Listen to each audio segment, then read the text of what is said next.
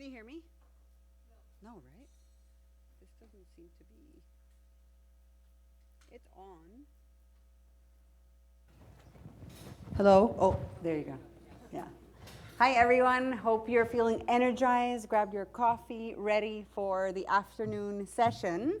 So I am delighted to be moderating this panel titled Climate Change and Housing, Cause and Effect.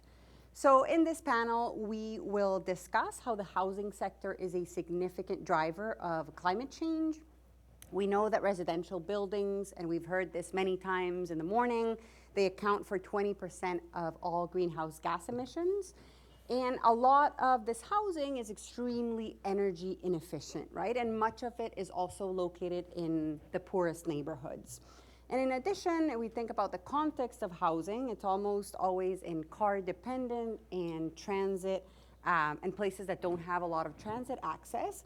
And so this not only increases the cost of living due to added transportation costs, but is also a major contributor of greenhouse gas emissions. And so today we have the honor of hosting two speakers, Sean Becketti and Jesse Keenan, who are at the forefront of studying this topic. And so what we'll do is we'll hear from them first. Each speaker will present for around 25 minutes, and then we'll open the room for questions and comments from all of you. So first, we will hear from Jesse Keenan, who is an associate professor of sustainable real estate and urban planning, and the founding director of the Center for Climate Change and Urbanism at the School of Architecture in Tulane University. Keenan's research focuses on the intersection of climate change adaptation and the built environment, including aspects of design, engineering, regulation, planning, and financing. Keenan formerly served as a member of the Intergovernmental Panel on Climate Change and on the faculties of Harvard and Columbia universities, where he directed degree programs and research units in real estate. He currently serves as a fellow in sustainable finance at Oxford University and as a senior economist at the U.S. Army Corps of Engineers, where his detail supports interagency research, policy, and planning on climate change on the built environment. So please join me in welcoming Jesse. Thank you so much for having me. I'm going to sit down if that's okay. Please don't think it's rude. It's just easier for me to sit sometimes. I want to talk about post-climate housing in the United States, and maybe if we're starting to understand cause and effect, then what do we necessarily do about it? The question is, what is the range of observed mechanisms where we're passing on the costs of climate change? Rental housing, insurance, mortgages, all the way down the spectrum to property taxes, which, by the way, we have a tremendous property tax scholar here today. I would say the range of evidence out there is a kind of range of robustness in terms of the most robust evidence in terms of rental housing, insurance, mortgages, and perhaps early stage assessments or observations in sales, property tax, and the like. And we can also think about the distributional effects or impacts associated with these pricing mechanisms along the way. You might have to shut that mic off to prevent a loop. So at the end of the day, we have the adaptation of Wall Street, and it sets up an interesting proposition for the maladaptation of consumers, right? Where Wall Street is trying to adapt, it's trying to internalize physical price risk as well as transition risk and price that. And that's all good and great, but it sets up the maladaptation of consumers. And I'll give you an example, which is the Equal Credit Opportunity Act, ECOA. ECOA says that you can't discriminate protected classes, race, gender, familial status, and the like. But, here's a bank trying to discriminate based on physical risk, but that discrimination looks a lot like racial discrimination of the past, right? They're trying, the market itself is adapting, but it's adapting on top of historically marginalized people. And so in that sense, by the way, with ECOA, the standard is disparate impact. It's not necessarily any measure of malintent or of discrimination. So as long as you can show disparate impact, and an area that's redlined may also be an area that was disinvested in terms of infrastructure, not just housing, that's underperforming in terms of the relative capacity to manage risk, then your adaptation on Wall Street starts to be quite maladaptive from a consumer point of view. This sets up a massive conflict within ECOA in particular as an example. So let's just use flooding as an example in terms of observational research, and we'll just flooding, sea level rise. What's the range of research out there telling us about the world? Well, we have 6 to 8% discounting, that is buyers and sellers accepting less in sea level rise zones for single family homes, a little bit higher for multifamily. Multifamily investors are out, they have a forward-looking perspective on risk, and so they're discounting that a little heavier. Risk capitalization, that internalization of risk, is happening not only in directly exposed properties, but also properties that are indirectly exposed via their infrastructure. So your physical property may not itself not be in a flood zone or sea level rise zone, but if you have a dependent road, a dependent piece of infrastructure that is, you begin to have that risk capitalization in your own property. We know that risk, as it was mentioned previously today, the information accessibility, particularly around flood information, does accelerate that rate of capitalization in home buying between home buyers and home sellers. Contextual belief systems matter. What people believe around us shapes not only how we think about the value of housing, but also even housing construction, as has been observed in certain areas. So some areas really believe in climate, it's an immediate hazard and risk, and those areas, they slow down their construction, home values in high-risk areas accelerate in their risk capitalization or devaluation accordingly. As I predicted a number of years ago, we see increased value in lower areas that are proximate to areas of high risk that are decreasing in value, right? So we see localized shifts of capital and the preference among consumers really revaluing even within, let's say, an inter-county perspective. So big picture, we have climate risk premium, what we call price discovery. It's becoming more and more robust, more and more clear. Consumer preferences are changing along the way. But we always have to understand, and I think all of you understand this, that climate is just one of many associated stresses that shape our capacity for affordability and accessibility in the housing market. So here's one proposition, and this is a proposition that drives a lot of my research, was that slow-moving state and local governments are going to be outpaced by market and capital market behaviors. And let me give an example of this from the economic report of the president that came out recently. Quote, government action that targets and constrains market failures that impede adaptation should be most effective in supporting and enabling private action rather than crowding out actions that would have otherwise occurred. Translation, you're on your own, good luck, right? And nowhere is this more prevalent than in the context of the municipal bond market, right? And the municipal bond market is pricing climate change. A very important paper by Painter 2020 gives us some precision on what that risk premium looks like. Credit rating agencies are developing robustness in their climate analytics. It's widely recognized in municipal securities regulation that climate is a municipal risk, or it is a material risk, I should say. And of course, the implications here are vast in terms of local property and sales tax. In fact, I could spend the rest of my career just doing land use and property taxes and the implications for climate. They are significant. Now, interestingly enough, the longer the maturity of the bond, the municipal bond, the more robust effects, right? That makes all the sense in the world. The longer it is, the more risk that accrues over the course of 5, 10-year, 20-year increments. In positive terms, we also have some recent research that suggests that as municipalities adapt and they invest in their underlying adaptive capacity, that actually has a positive influence on this premium. So it's a double-edged sword, and we should regard this as evidence that the markets themselves are starting to recognize or reward the management of risk and the management of uncertainty, because not all of this is risk, and we should be formal about that. A bit of a side note about the climate intelligence arms race. We have a massive proliferation of climate services and technologies that are driving this. They're helping the rating agencies sort these things out. They're helping the market sort these things out. But we have a massive tension between proprietary intellectual property and public transparency associated with these black box models. This has been, if you know insurance, California, this is a fundamental question at the end of the day. And more broadly for all of us, the question is, how valid is this applied science? What is our capacity to externally validate it when it goes to pricing long-term public investments, particularly in infrastructure? But what we're setting up for ourselves is something more problematic, which is two classes of climate data, right? The haves and the have-nots. And the consumer level availability to shape, let's say, belief systems about forward-looking values of properties is quite poor relative to the the level of sophistication and use cases that are being applied at a very high level for essentially information arbitrage. And people make money on climate all the time. I'm one of those people. Mortgage market adaptation. This goes back to an understanding, and this, in fact, was the reference here, is to the idea of blue lining. This is a concept of mine where I started to understand that banks and financial services were drawing lines in areas. And they were saying, we're not going to lend here. Or maybe we're going to charge a higher, we're going to change the credit profile, we're going to change the loan to value, we're going to change something about that in terms of the intensive marginal risk management, right?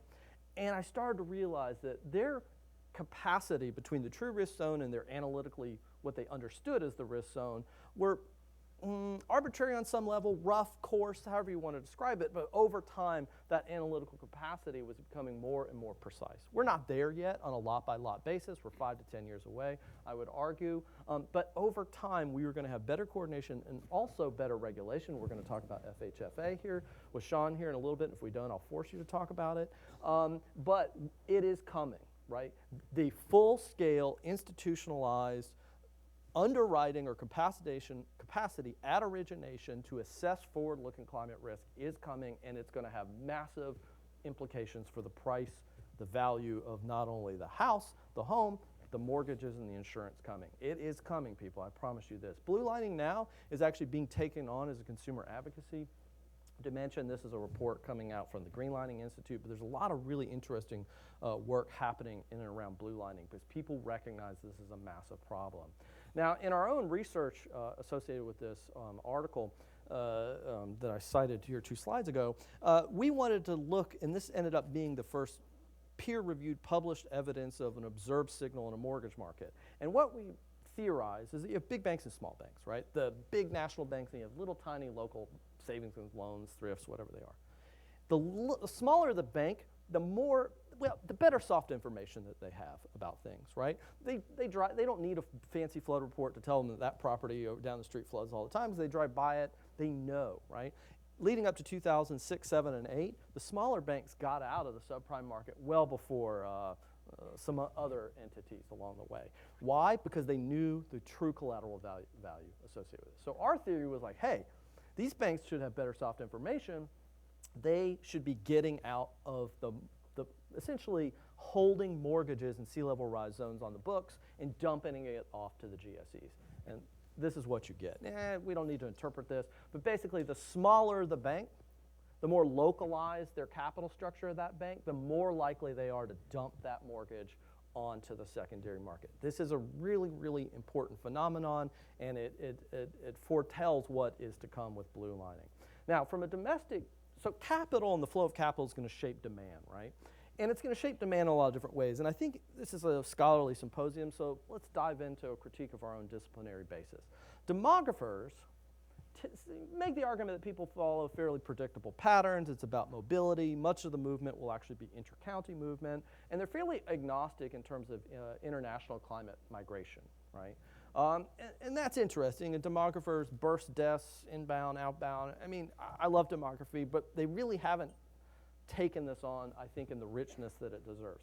Other social scientists, we've got shared socioeconomic pathways, SSPs, we've got really great analytical work, but they really struggle to incorporate how adaptation fits into this at different scales of governance, public, and particularly private household level adaptation. This is a huge limiting factor of our capacity to understand the mechanics at work here. And economists, they make the argument, and I mean, people literally publish papers around this, people will essentially follow the jobs. Some industries will have to relocate in the highest risk areas, but there's really no need to panic. I will say that we published an article a couple of years ago now, Marco Tedesco and Carolyn Holtquist, my colleagues at Columbia, and we found that in terms of the climate gentrification, it wasn't just people that were moving in and crowding out other people in higher ground, essentially, in this case in Tampa. It was also industry. Industry couldn't get the regulations to expand. They needed to expand in and around Tampa Bay area. They moved into the high ground of Tampa and a part of East Tampa, and they began to crowd people out and bring their pollution. And, the implications for environmental justice are absolutely unbelievable. So it's not just people moving people and the crowding out phenomenon, it's industry. Capital is already moving. So I've been very interested over the number of years about climate migration and the associated ways that we can categorically think about different profiles in terms of demand and the shifting of demand. You can think about people, episodic displacement, right? Your house gets flooded and you get forced out. We've got stress-based sorting. We've got circumstantial opportunists who in the moment see the opportunity for risk reduction. We have those who have elective mobility. Right? Those who have the wealth, the resources, the capacity, the labor profile to be able to be fairly mobile, or at least geographically or spatially mobile in the economy. And then we on the far end of the spectrum, we have preemptive value investors. There's billions of dollars out there for many years now that is preemptively understanding the shift of populations in this country. So you can think about this on a continuum from involuntary to voluntary. You can think about it in terms of resource constraints among the wealthy, transaction costs, risk frontier, push-pull, sending zones, receiving zones. There's so much richness here for social scientists, I think, to take on in the future, and I think that's a challenge to all of you in the academy. So that's all market shaping demand, but what about supply barriers, right? And that's what we care about. Supply is one of the major constraints. Supply and old people not dying off fast enough and moving out of their low mortgage homes. This is the big problem in the United States, the big problem in Japan, Europe, and elsewhere. What about supply? What are the true barriers in this context? So capital markets, green rating systems, sustainable housing finance, wind insurance, zoning technology and zoning and land use, and technology diffusion. Let's just jump into it real quick. Fannie Mae, at one point in time, had the largest green bond program in the world, in the entire world.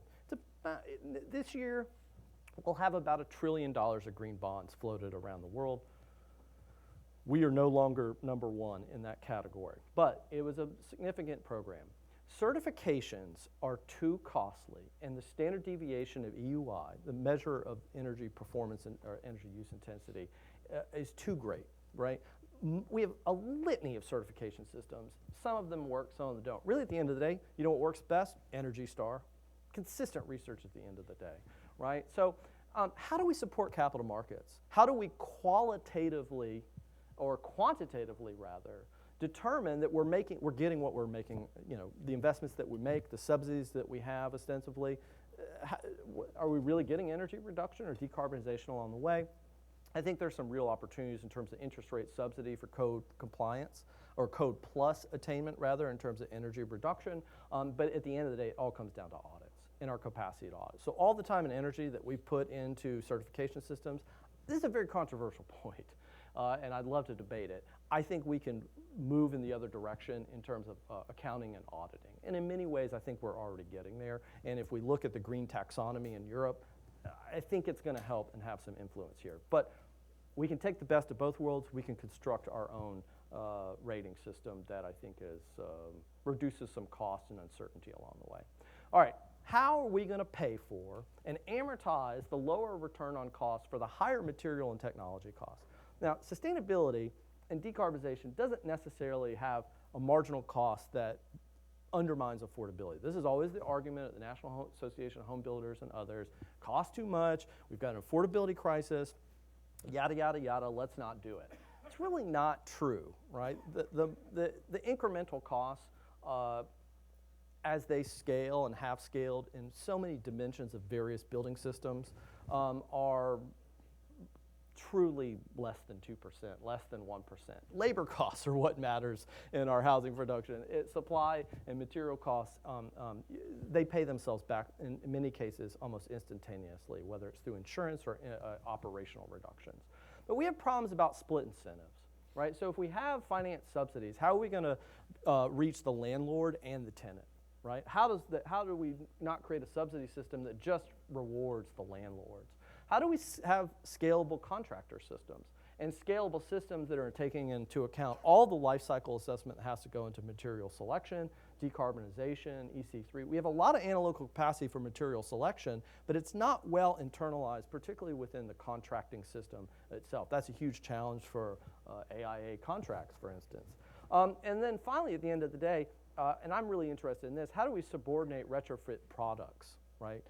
That is, let me say this a different way. How do we develop finance projects that products that subordinate to the first mortgage? It's all about retrofits. It's all about housing preservation. New production's new production. We're doing a good job there. We have a lot of houses that we need to retrofit. How do we create subordinate finance to be able to reach those markets? I think there's a mechanism to do that that's actually not, I think it's consumer-based financing and not necessarily mortgage-based financing. And we can talk about the Community Reinvestment Act, which it was brought up earlier.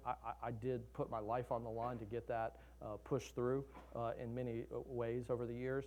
And I think we will get there in terms of CRA. By the way, today, if you go to what'spossiblebook.org, it's going to take you to the Federal Reserve Bank of New York, and you can see a whole new book that was just published today. And in there, we have a whole write-up about the CRA and climate and the built environment. There's a lot of good resources out there. End of the day, we have financial product innovation on the horizon. We're going to get there. I can feel it. Nationalization of housing and insurance. So we have a massive P&C market failure. This quote keeps resonating in my head from the Wall Street Journal the other day. It's like two mortgages, and I think that was brought up in a really astute question earlier today.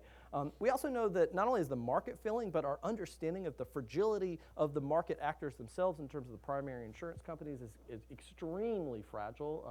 Demotech is an example of that in some recent academic reporting. Publications rather. There is a contagion, right? There is a contagion in the market among equity investors. There's a shift from equity to debt in many states. There's affiliated entities moving cash out of state. There's a huge amount of dysfunction. There's a lot of things we can talk about in insurance. I tend to narrow in most immediately on the wind market. I'm going to tell you now, we're heading towards the National Wind Insurance Program. It's going to look like the NFIP, and it's going to be for wind insurance. And we're going to come back if I'm still alive in 10 years, and we'll see if that comes to fruition. By the way, HUD just released some guidance the other day that allowed subject landlords to essentially double their deductibles, right? Double their deductibles, and they changed the OPEX rules to allow basically to pass on more rate inflation to the government for subsidized housing. Very interesting. Also, there's some really interesting research that's emerging. Insurance is shaping the value of housing. Okay, it's shaping rents in very real ways. A recent paper that came out from Guy et al.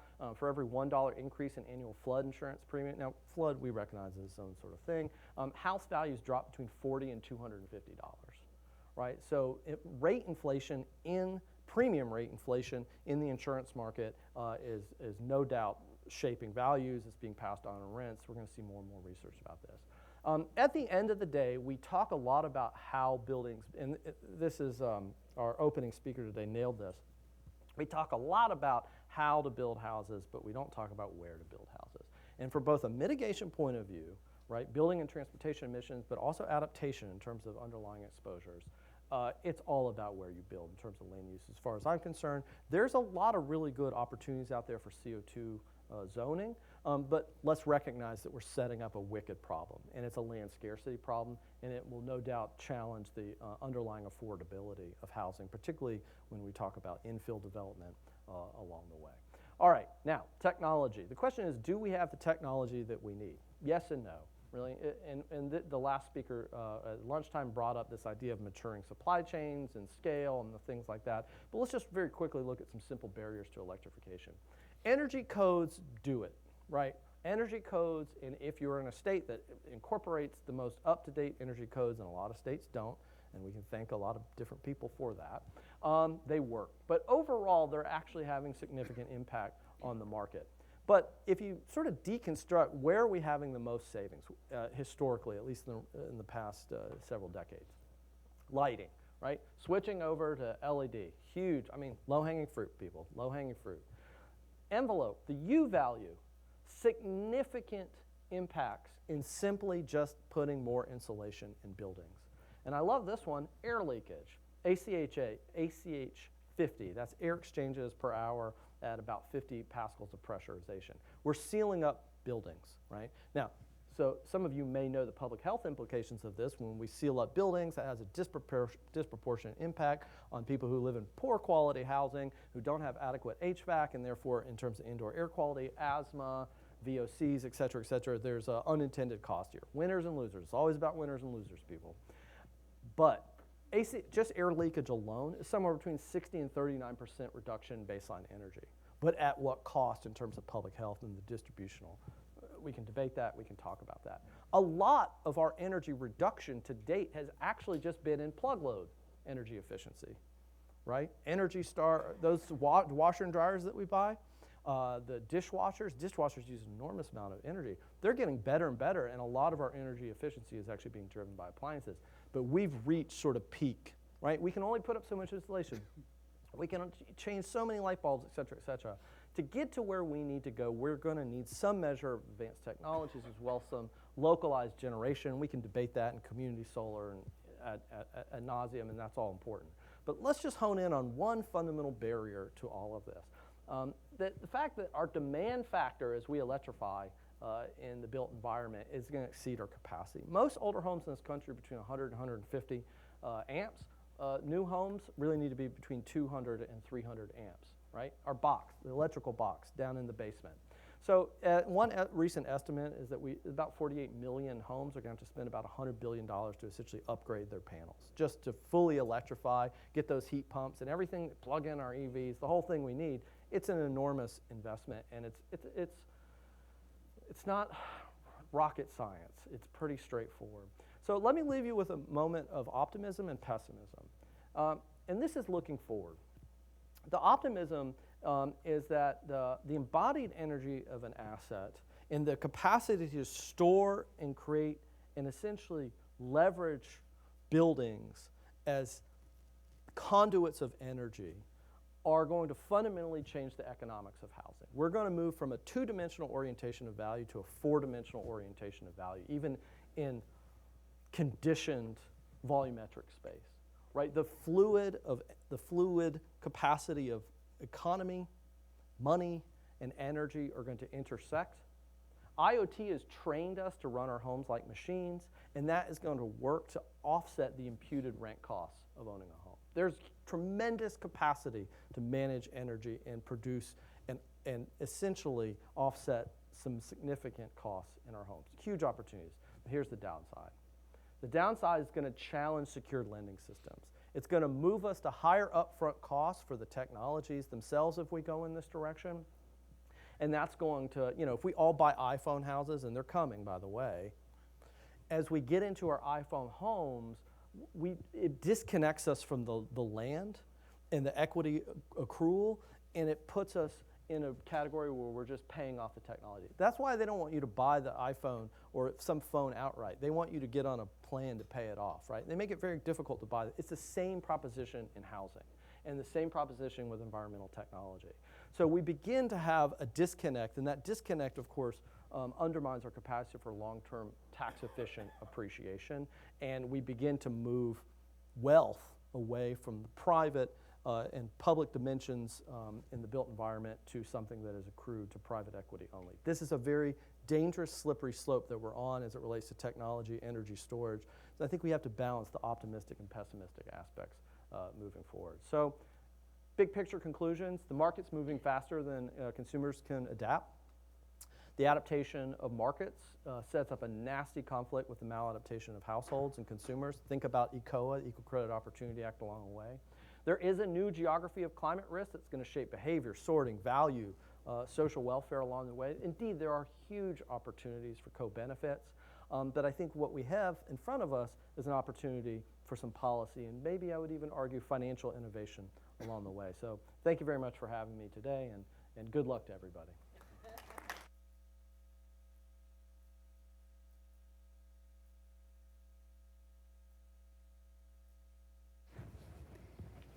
So we will now hear from Sean Becketti, who is a principal at Elliott Bay Analytics. Dr. Becketti is a financial industry veteran with 4 decades of experience in academics, government, and private industry. Over the last 3 decades, Dr. Becketti has led proprietary research teams at several leading financial firms, responsible for the models underlying the valuation, hedging, and relative value analysis of some of the largest fixed income portfolios in the world. More recently, Dr. Becketti has turned his attention to the impact of climate change on housing and housing finance. Dr. Becketti holds a doctorate and master's of arts in economics from Stanford University and a bachelor of arts in economics from the University of California, Santa Cruz. Please join me in welcoming Sean.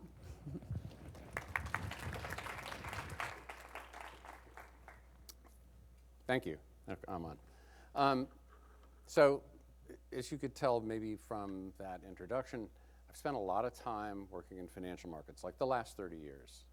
And so I come from a different background than most of the speakers that you heard. A background of firms that their goals were not the same goals as consumers. They weren't always, sometimes, but not always aiming to make housing more affordable. They were definitely make it more profitable for themselves. So how did I get here? Why am I at this conference? And my path here started back about 2016.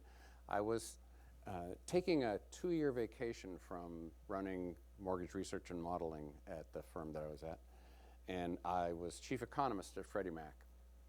And it was very relaxing 2 years because, you know, I could never be wrong. I just showed up and said whatever was on my mind. People gave me lunch. It was a very, very soft life. And I made the mistake of going back into the trenches before I left Freddie Mac. And I was like, oh, why did I do that? You know. But anyway, what Freddie Mac asked me to do as chief economist was, and they do this all the time, you should not believe them, but I just took them seriously. They wanted some thought leadership, right? Thought leadership, it means, you know, better marketing. But I said, well, you know, what we're known for is every week we tell you what the mortgage rate is, and then we make up some story that as though we know why what happened just happened. And it's easy to do. You can do it in your sleep. I said, we can do better than that. There's lots of really interesting topics in housing. I mean, we just lived a few years ago through the largest recession since the Great Depression, and it was mainly focused on housing. You know, can't we say something about that? Can't we say something about where are we now? Are things better, or are we just waiting for the next recession? And so I assigned a task to each of the people on my team, and I said, each of you must write one long-form article per year on something pithier than what happened last week to the mortgage rate. And so I actually got a lot of good suggestions, and I would help shepherd these articles, but they were, you know, mainly the ideas came from the people on the team. And the most junior person on the team, and unfortunately the worst writer, came up to me and said, I want to write about sea level rise. And I said, well, if you notice the name on the front of the building, I said, this is Freddie Mac. We're in conservatorship. Nobody likes us. We are under the control of FHFA. What are the odds that whatever we write, we're going to be allowed to publish it? I said, and I'm willing to take a bet on that. I would have lost the money, but I was definitely ready to bet that it would never see the light of day. So I got involved in working with this individual, and we produced an article called Life's a Beach. And then it amazingly was green-lighted by FHFA. It turns out that the reauthorization of the National Flood Insurance Program was coming up. FHFA wanted that reauthorization to happen. A lot of people in Congress had qualms about that, and they thought, oh, this article should, you know, maybe move the needle a little bit. This thing came out, and little did I realize what I was unleashing, because it was pretty much the first article ever from a quasi-official government connected agency that said, by the way, there's these serious things happening in the climate, and we don't know how that's going to affect housing, and there are challenges that we don't know how to deal with. And I had to be very careful. I could not come to any conclusions. I could only say, hey, this is happening. I wonder how it's going to end up, you know, and to sort of lead people to think about it themselves. So for about 3 months, I couldn't answer my phone. I couldn't talk to reporters. And we had to wait. Even to this day, I'll get calls based on that article. I think the real damage started when Elizabeth Warren found it and quoted it on the, I know, I like her too. So, but, once I did that, people came to me about more questions about climate and how it affected housing and how is housing going to survive climate risk. You know, here's a Rorschach test. You go to your therapist, he says, I'm going to say a word, you say the first word that comes into your mind. I'm going to say climate, and you say change or justice, or I say risk, because I was in the business for 30 years of managing large financial risk and measuring large financial risk. And I realized as I wrote this article that we didn't have a good method for getting our arms around this. So that's how I got here. And since that time, I've done more of this, and so we'll talk about that. So here's what I'm going to talk about. A lot of the crowds that I used to talk to as a chief economist or in that type of role, I was not allowed to say the phrase climate risk or climate change. I could say natural disaster risk. I could get away with that. But you can't say climate risk because that's a political statement. But we can say that here. Okay, so I don't need to say a lot. I just put one cheat sheet because you only need to know 2 or 3 things about the complicated question of climate change to know what I'm going to be talking about. Then I'm going to talk very little bit about the impact of housing on climate change because that was in the agenda. I don't have anything totally insightful to say about that. And the other thing I'm not going to say a lot about is, to me, there's the 2 important things are mitigation and adaptation. Mitigation is crucial. We need to do a lot about it, but I don't have a lot to say about it here because I'm going to talk about adapting to climate risk. So I'm going to talk about adaptation. And I'm going to spend more time on that 3rd section of the how's housing and housing finance in particular. And why housing finance? Well, I'll talk about that because I think that's the part that's harder for people to see and understand. People can see a photo of waves crashing against a house or a wildfire going through, and it's easy to say, well, that's the problem. There's going to be a lot more destruction and disaster, and people will be driven from their homes. We know that, but will the housing system keep working? Because if it doesn't, people won't be able to buy or sell homes. Affordable housing will be a side issue. The housing period will be the issue.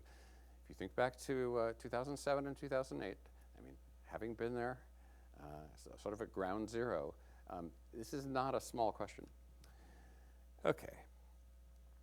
Here's what you need to know about climate change, very briefly. Okay. We know that there has been global warming. It's not a debate, it's a measurement. If you don't believe in global warming, you don't believe in thermometers. It's as simple as that. Climate change, that's complicated. Climate has changed. How much is due to global warming? And what accounts for explaining global warming is one of the few things that's scientifically pretty easy. I mean, the connection, the physical theory of how greenhouse gases affect global warming started in the 1820s. Joseph Fourier, the physicist and mathematician, proposed this statement. And he said, I've done some measurements, and as far as I can tell, the energy of the sun that directly hits the Earth is not sufficient to account for the temperature of the Earth that we actually experience. And in fact, recent scientists have estimated that without the greenhouse effect, which Joseph Fourier did not make up that term, he didn't use that mechanism. If there were no greenhouse effect, the average temperature of the Earth, well, in 2020, the average temperature of the Earth was 57 degrees Fahrenheit. Without the greenhouse gas effect, it would be 0. So you'd notice the difference. Okay, so global warming is the driving force in climate change, but how that's playing out is really complicated. And a way to convince yourself of this is try to read all of any of the IPCC assessments. The thousands of pages of hedging their bets and saying, well, it could be this, could be that. We were confident about this piece, but this piece over here, we're still debating it. So it's very complicated. We know it's happening. Some of it's very obvious, but it's still almost all of it's still debatable.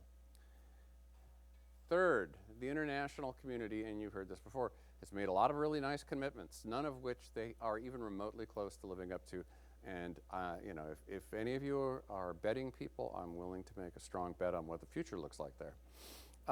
The global temperature is almost certain to rise above the 1.5 degree threshold, Celsius threshold very soon. And exactly when, we could debate that. And the 2 degree threshold, that's in high risk too. But most important, the alternative projections, and remember the IPCC does not produce forecasts, but they will give you alternative projections based under different assumptions. So under the most optimistic and the most pessimistic assumption, very little difference in the near future.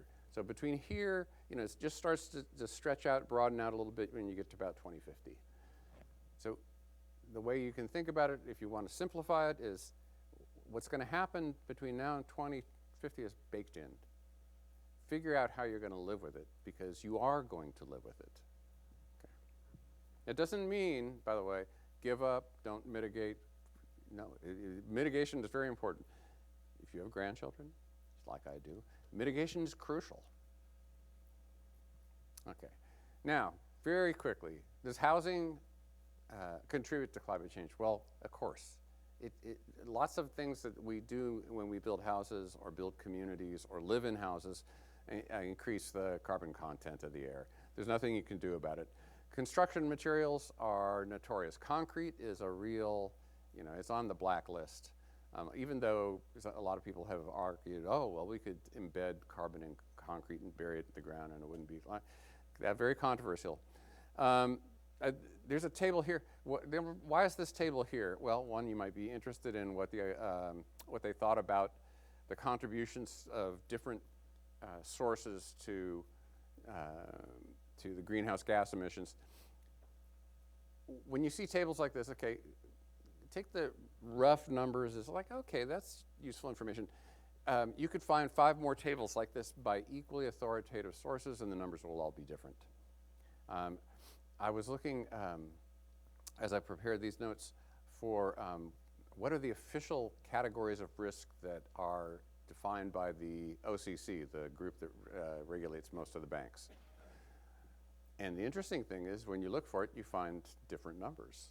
It's like some people say, oh, there's 6 categories. Some people say, oh, 9 categories. There's like, I went to the OCC site, they say 8, but they don't always say 8. So take all these with a grain of salt. They're here for illustration. They're not here to try to prove a point. The development of communities is one of the key ways that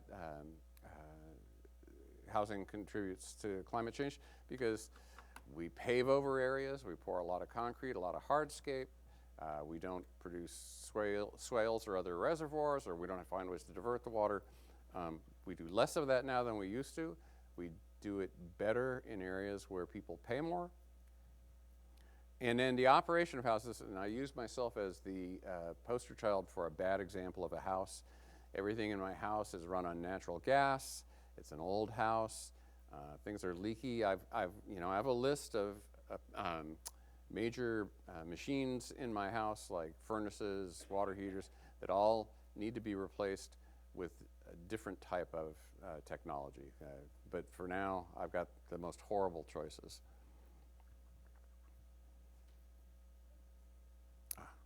Can't read as well as I used to.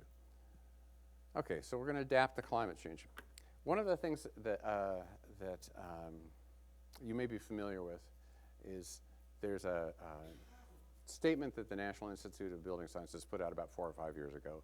And their motto, the short form little slogan is 6-to-1 payback. Every dollar invested in resilience, in adaptation, in a building will get $6 of total benefit. That includes the direct benefit to the homeowner, benefit to the local community, benefit to the government that would have to come in with disaster funding. I was just talking to the New York Times the other day where they were calling me about Demotech. And I said, he asked me, oh, what have you been doing since I talked to you last? Oh, I did this thing with the National Institute of Building Sciences. Oh, 6-to-1. You know, that's the catchphrase. Everyone knows 6-to-1. So the question is, how come we don't have just an avalanche of investment in resilience in the home. And a good example is resilience to modest flooding, like basement flooding. There's lots of things you can do for, sub $15,000 total. Do 3 or 4 improvements to your home. And the answer that they came up with in their original study was externalities. Homeowner pays all the freight, but he doesn't get all the benefit. He gets whatever the direct benefit it is. And so their follow-up study, which came out last fall, was, can we, look at all these people who are also benefiting. The lender could be benefiting because the house is not going to be as risky. The insurance companies are benefiting. The Freddie Mac and Fannie Mae are benefiting, but they're not paying any extra for this. They don't pay more for homes that have resilience features in them.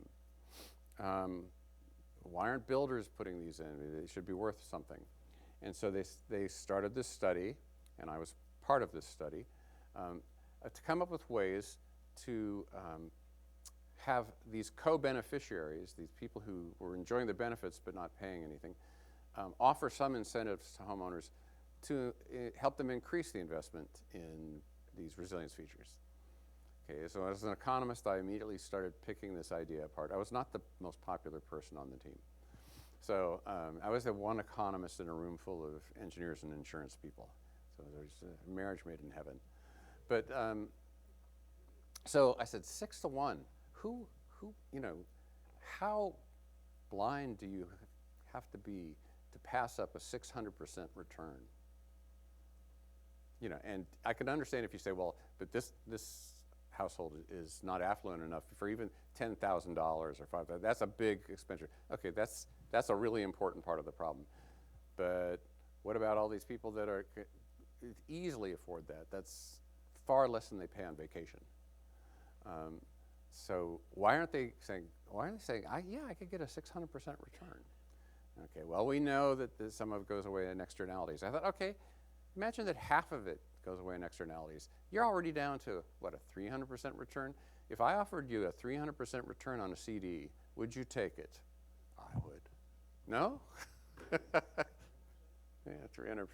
Yeah, well, at first I'd check the financial ratings of the institution that was offering that CD. So anyway, there was some intellectual issues about, is this really the right way to think about it?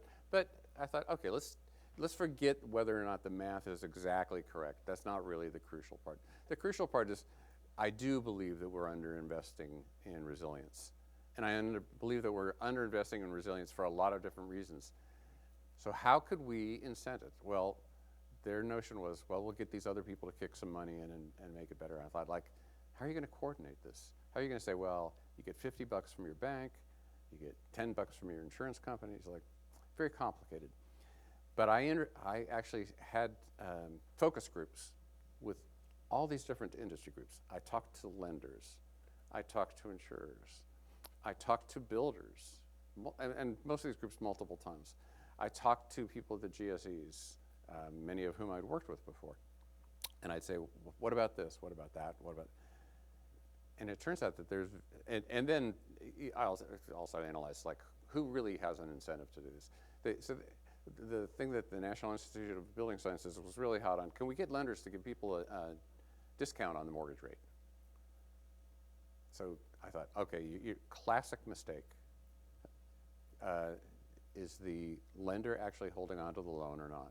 If they're not holding onto the loan, if they're just selling it to Freddie and Fannie, right? They hold the loan for 22 days in their portfolio, and then they sell it. Why would they care? They don't bear any of the risk. They don't get any of the benefit. Freddie and Fannie, they have the loan for potentially 30 years. So what about them? So there was sort of misidentification of who could actually have an incentive. But at each of these, with each of these groups, you found either it was just such a foreign concept to them to offer these incentives. Ask builders, why don't you put these, why don't you advertise? I've put in battery backup sump pumps. I've put in French drains. I've regraded the land. I've put in backflow preventers. This should be worth, an extra $5,000, $10,000. And they said, people won't pay for it. People will not pay for above code improvements. They have a whole study. They have the National Home Builders, and I'll have something to say about this in a second, but they have a think tank that studies different materials and building methods and looks for technological improvements they can recommend. And they did a study on above code resilience improvements. What do consumers think and what do builders think? And according to the study, builders said, we would do it, but we can't make any money on it. People won't pay for it. What do consumers say? We won't pay for it because I'm sure the building codes are strong enough. Why would I need something above the building codes? If it was important, it would be in the building codes. First, you got to find out, what is the date on the building codes in your community? There's total variation across the U.S. So that seemed to be a tough one. It was very difficult, and we tried very hard. It was very, very difficult to come up with any suggestions that would move the dial. Came up with 3. One for new construction, one for retrofitting, which was the harder of the 2, and sort of one overall. So the one overall, which was suggested by the insurance companies because they didn't want to suggest lowering their premiums, was we should have the federal government just give people money for investing in resilience. It would just write them a check. It would move the dial. So for new construction, the best that we could come up with, and it actually got good reception by the home builders, but it'd be very complicated to implement. One of the biggest complaints of builders when they start a new subdivision, they have to write a bunch of checks. Community says, I need, give me for each lot $50,000, and you need to put in a park, and you need to have this much green space, and we're going to need help with these roads. But you're going to bring some more kids in here. That means we're going to need to have a bigger school. So you have to pay what is called a development impact fee. I said, what if you went to an area that knows it is at high risk for flooding and said, we'll put in these 3 or 4 resilience features in every single house we build, and you cut our development impact fee by this much. We'll trade a little bit off. And they said, oh, that might work. Hasn't been implemented yet, but it's a thought. That was the only thing that seemed to move the dial on new construction. For retrofitting, we were just pulling our hair out. There was nothing that we could think of. So this relates to a point that Jesse made. So I went to Freddie and Fannie and I said, why don't you guys buy home equity loans, which you don't normally buy, you've never historically bought, but in your charter, you're allowed to buy them. And the rule is that the proceeds must be used for resilience investment, so that has to be verified. You could be as flexible or as rigid as you want about which types of investments are allowed. And so I talked to the banks about doing this. The banks are the ones that are more negative about it, right? So the banks, why don't the banks want to make a lot of home equity loans? Well, their regulator hates them. They were really toxic in 2007 and 2008. No one wants to put that bullseye on their back. But if Freddie and Fannie are willing to pay for it, and they'll buy them, and they'll create a market for these things potentially, this might work. Still hashing this out. The banks want HELOCs, which are like a credit card. Freddie and Fannie want HE loans, but Freddie and Fannie said, "Oh, we could offer these just on houses where we already have the first loan, so we don't have that problem of subordination." That's a possibility, but that isn't a lot for the amount of work we put in. So it's harder than it seems. It's harder if you do it. If you really have the intention to come up with a solution, and NIBS was determined to have pilot projects come out of this. They're still working on that. Okay. Okay, now here's the thing that brought me into this area.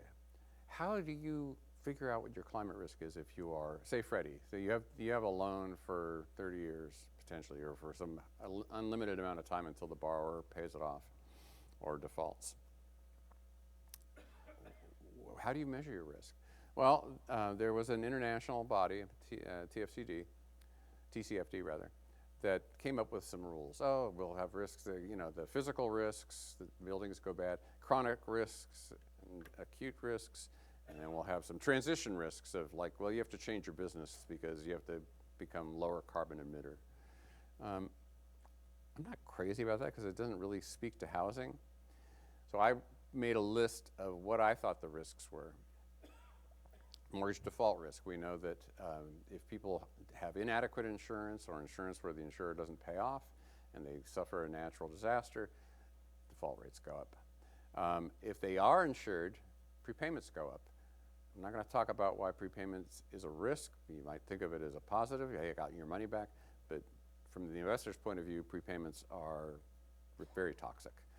Adverse selection.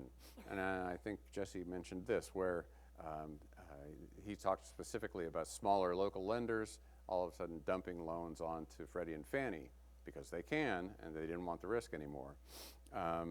There's a lot of that going on. Florida is a really big issue with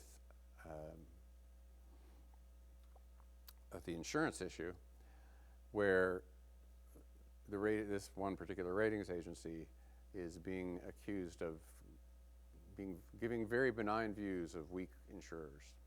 So, all the really well-capitalized insurers have walked away from Florida. The people that are insuring now, often when there is a disaster, can't pay up and they go out of business. But they had an A rating. And why do they have an A rating? So that they can sell the loans illegally to Freddie and Fannie. Moral hazard is, okay. You've heard this a million times, but I didn't hear it today. National Flood Insurance Program. Insurance has been, by law, originally mispriced.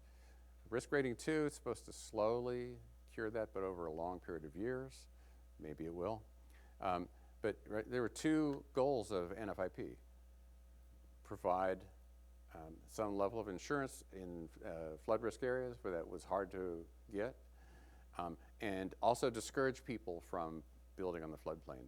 So one way to discourage people is not what they did, which is subsidize flood insurance so that it's below the actuarially fair value. That, in fact, encourages people to build on the floodplains, which is what they've done. We've increased our risk. Even if climate risk hadn't changed at all, but just we had the additional building in the floodplain, we would have increased our risk already. House price risk, climate, that was very technical. So those are what I was thinking about. And now we're on to the part that interests me the most. Who's bearing the risk? So I put a list of stakeholders here. Owners, renters, lenders, portfolio lenders, people that make a loan and hold on to it. Securitizing lenders, the ones that sell their loans to Freddie, Fannie. Insurance companies, the government, so on. And then who bears each risk? I've shown this chart out many times, and each time I change it.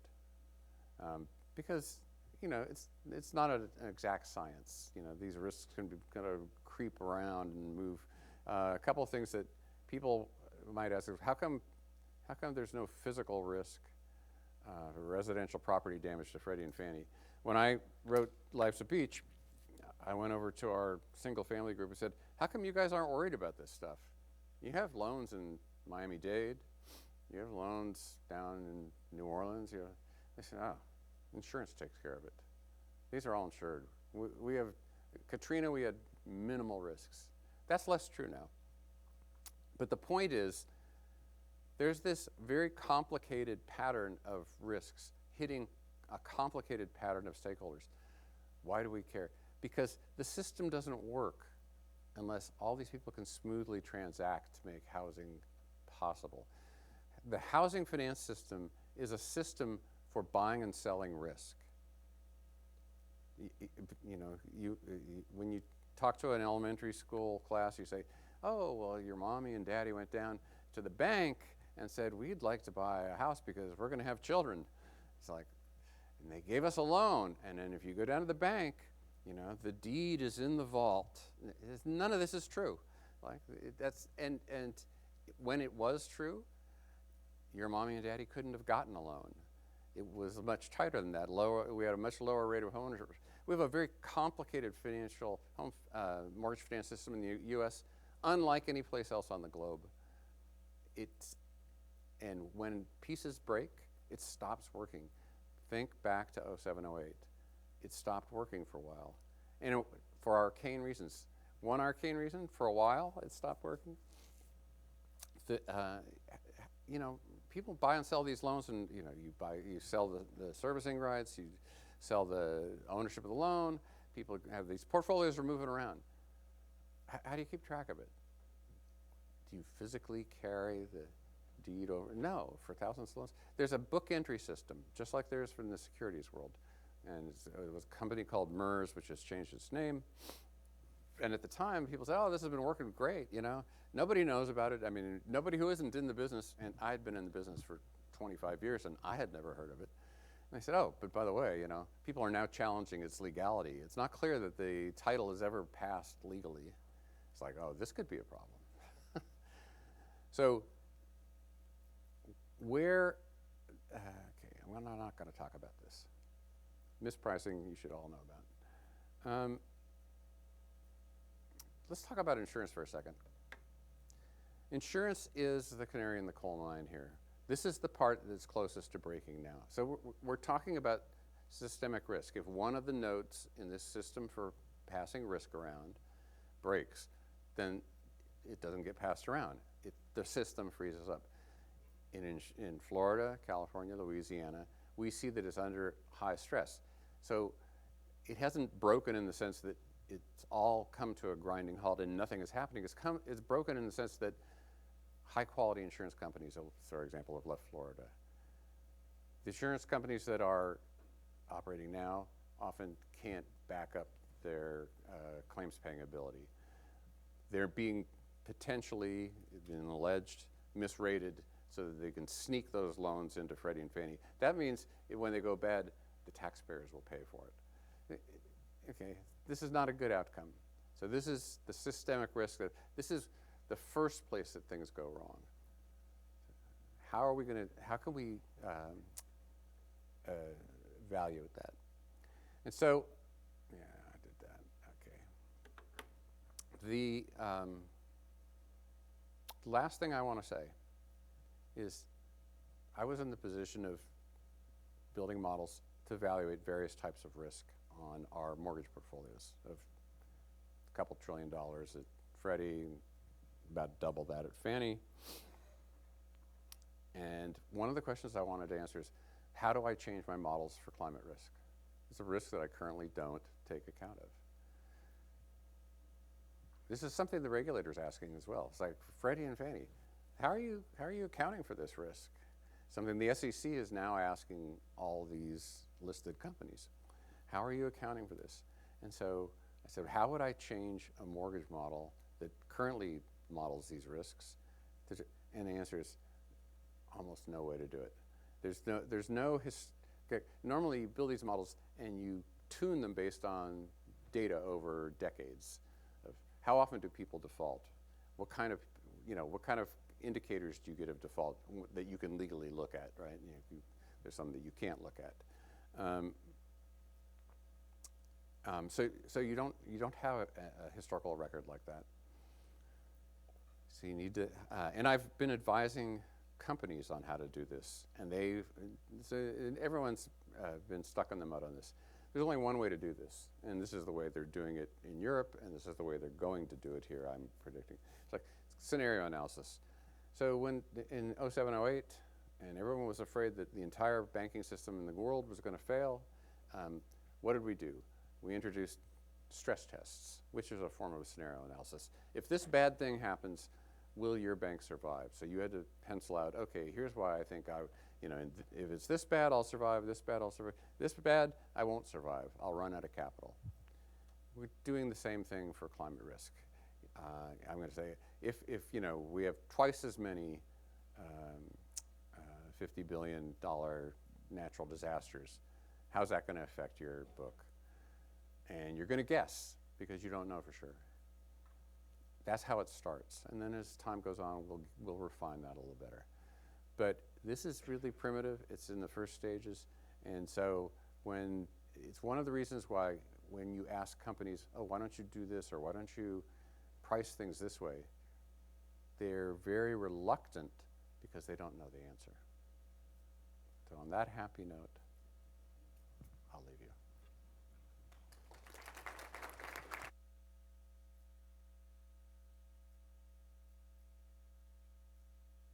Can you hear me? Yes. Thank you both for the great presentations. So I think we're running a little short on time, but perhaps I can kick us off with a question and then open it up for our audience, who I'm sure has many questions.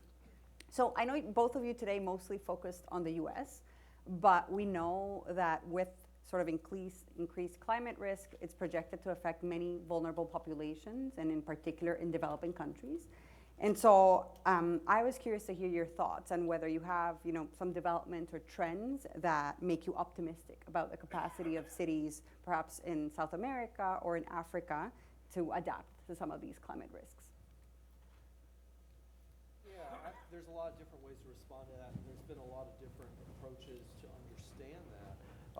I'll pick one in architecture, and I think there's a greater recognition increasingly of vernacular architecture and vernacular architecture's capacity in non-mechanical terms to accommodate natural variability historically that we can now understand as an extreme range associated with climate change.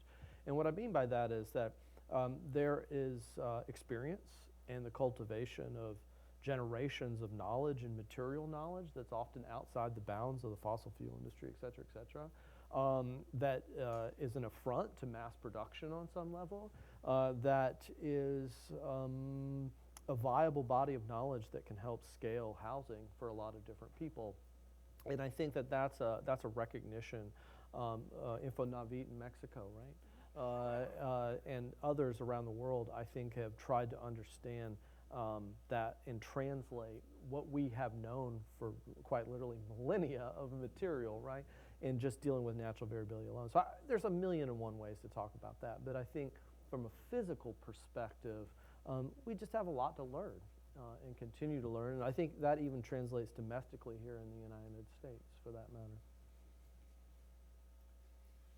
I don't think a lot about housing globally, but there's certainly, when you look at some of the passive cooling systems that architects are looking at, they come from a much more ancient approach to building structures.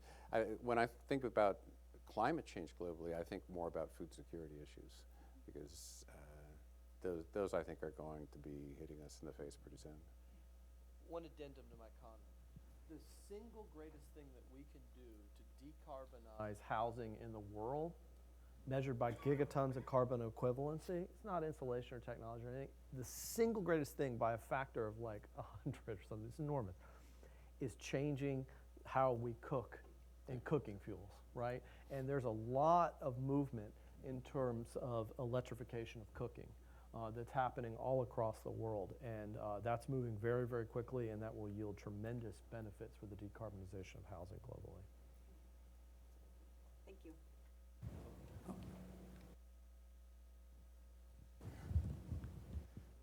Hey, yeah, thanks. This was a fascinating pair of papers that went well together.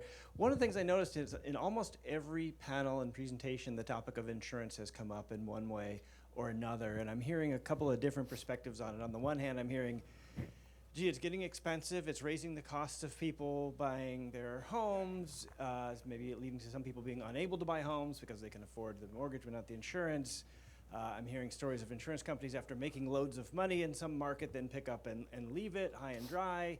On the other hand, when I think about it in the context of Jesse's formula or framework for how do we communicate risk to consumers, how do markets do that, and that sometimes the markets are way ahead of the consumers, I think maybe this is really great. Maybe the insurance companies are usefully communicating information about the risk, and they're ahead of other market participants in doing so. And so the fact that you can't get insurance on a house in a particular location, or that insurance is prohibitively expensive, should be telling you something really important about whether you should be buying there.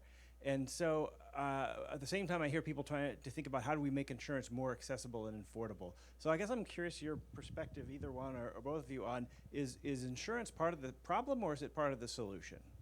Yes.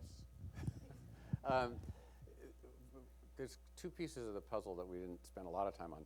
One is, and I think it was mentioned quickly, insurance is regulated at the state level. So some states, the insurance commission is very strict and says, I know you think you need more money, but we don't think that's fair, and here's our cap. But insurance companies operate across state lines. We see some insurance companies keeping high rates in states which have much more flexible insurance commissions, and cross-subsidizing the fact that they have to take a loss in the other state. So they send two bad signals to equalize their earnings. Mm-hmm. The second thing is, insurance company, remember, natural disasters have been increasing at an enormously rapid rate. I mean, NOAA will tell you that every year. They print the list of the really big ones. And reinsurance companies have been taking the hit. So insurance companies, just like banks don't hold on to your mortgage, they sell it to somebody else. Insurance companies don't hold on to your risk. They reinsure it with a reinsurance company. The reinsurance companies have taken big losses for over 5 years in a row. And historically, they go through a bad patch. They make it up by jacking up rates for a while until the coffers are full again, and then maybe they get more competitive. Right now, they are trying to make up for 5 years of losses. The frontline insurance company that you talk to has no control, and the state has no control over the reinsurance rates. They're global companies. They're not U.S. companies typically. So insurance is more mispriced. That is, the private mortgage insurance is more mispriced than the NFIP insurance because it's stuck with the reinsurance companies, and it's stuck with all the state by state mispricing. So that's just a mess, and I don't know a way to change that.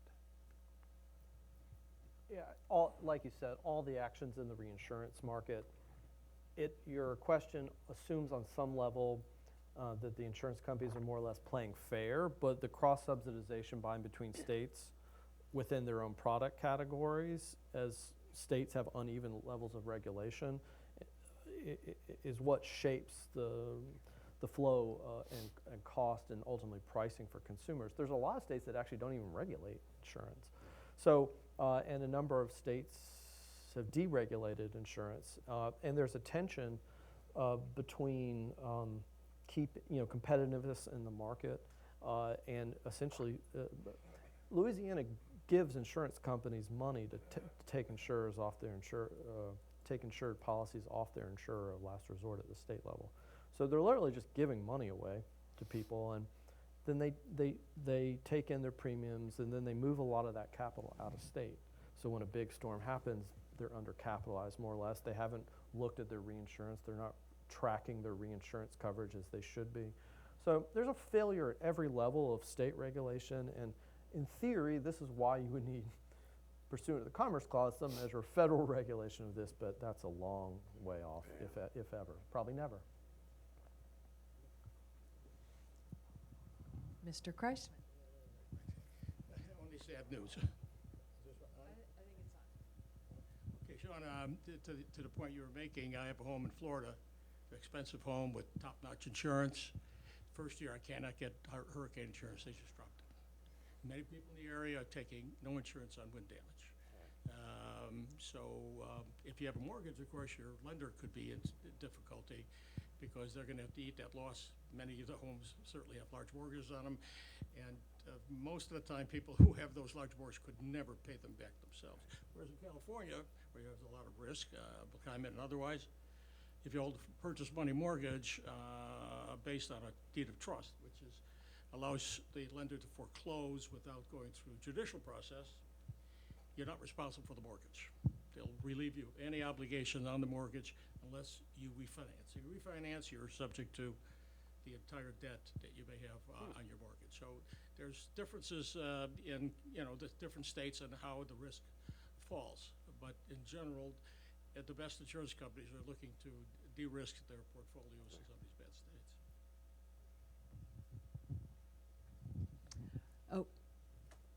Okay, I'm sorry, we're out of time. We're a little bit off schedule here. Can you ask it privately? Sorry, Scott.